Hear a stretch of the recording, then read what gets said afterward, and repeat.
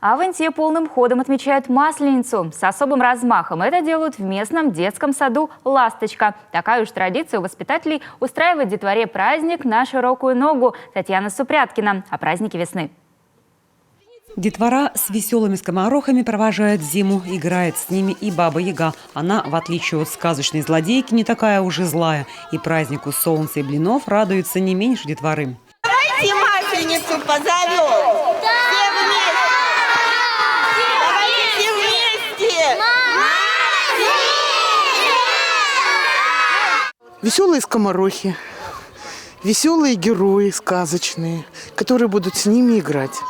К сожалению, не получилось сегодня у нас с лошадкой.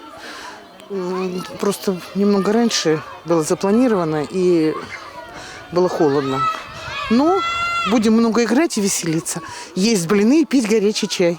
Масленицу справляют целую неделю перед Великим постом и завершает веселым массовым праздником. Гуляние в детском саду проходит непременно на улице, а потому территорию заранее празднично украсили. Когда началась перестройка, и с тех пор, с 90-х годов, мы отмечаем Масленицу каждый год. В любую погоду. Но в основном погода нам как-то сопутствует. Солнечная, яркая. Праздник такой хороший, дети его любят. Тем более это с чаепитием, с блинами, на лошадях катаемся. И так это вот уже столько времени. В праздничных гуляниях принимают участие все воспитанники учреждения. Это 4 группы, полсотни детей. На свежем воздухе и поиграть можно, и вдоволь побегать, покричать и повеселиться.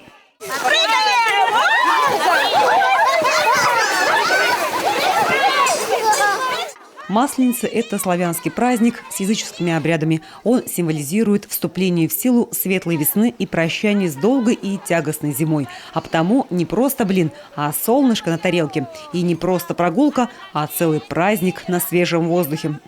Ежегодно мы празднуем праздник, который называется «Широкая Масленица». Но это не просто праздник. Сначала у нас проходит недельный педагогический проект, тоже который называется «Широкая Масленица». Во время этого проекта детям рассказывают о том, что такое народные праздники, когда их празднуют, зачем, какая история этого праздника. И только после этого ребята выходят на улицу и празднуют Масленицу.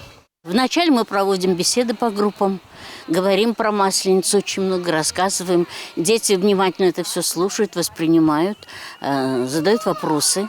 Вот, так что они про Масленицу знают у нас все. Вот, а потом мы делаем как итог уже широкая Масленица на улице. Завершается игровая часть по традиции сжиганием чучела Масленицы. Это важный ритуал, который символизирует ежегодное обновление природы.